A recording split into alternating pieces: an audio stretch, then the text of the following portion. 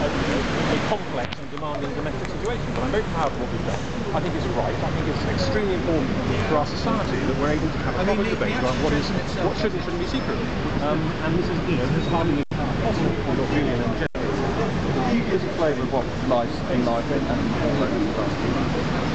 engaging, interesting. Obviously I've been subjected to a fair amount of press scrutiny, and that's been interesting because as a journalist I'm normally on the other side. It hasn't always been great fun. I've had extremely senior journalists who I respected crawling through my garden and looking through my kitchen windows and things. But no, apart from that, which is been interesting. Apart from that, it's been interesting. I think I've learned a lot more from this last year about human nature than I have having spent 20 years running around as a war camper. He's amazingly well considered. He's very enormously robust person, and is capable of functioning in the same way in whatever the prejudice is. Does he feel that the support is waning? I don't know. I'm not spending all my time talking to him. I've got like the reasons that he has. There's clearly no evidence of waning support in my view. I think we get lectures in this country about what the authorities or the press is saying. Where actually we go abroad, you'll find there's an enormous support abroad, because in other countries they see the benefit perhaps from some of the stories behind it. When you go to India, Hindustan Times had 20 publications on it's kind of directly this debate they're having about corruption.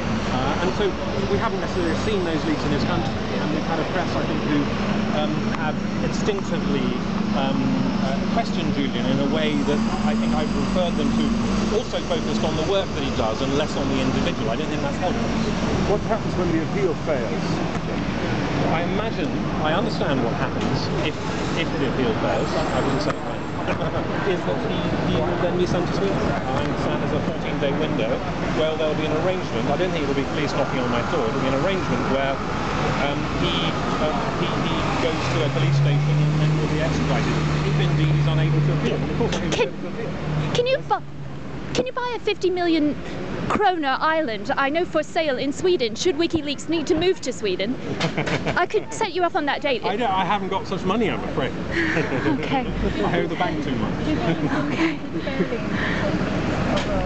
No, not really. I mean, I don't. I think there are lessons in the way the press have covered, the British press have covered this, that I think would be. I'm a real estate agent from Sweden. For the press to scrutinise outwards only. I'm very serious. Be looking at how we cover the story. I think there's been too much focus on Julian and too little focus on the really important stuff. There's an opportunity here to have a proper debate about the level of secrecy that the people desire in their government, and I think we miss that opportunity by focusing too much on Julian. I think also you have to remember that the press have a dog in this race. The British press are an institution. It's quite a clubby institution. We don't like intruders, and he comes along, and I don't know, maybe he walks on the cracks in the pavement or something like that. But no, I think we should be looking.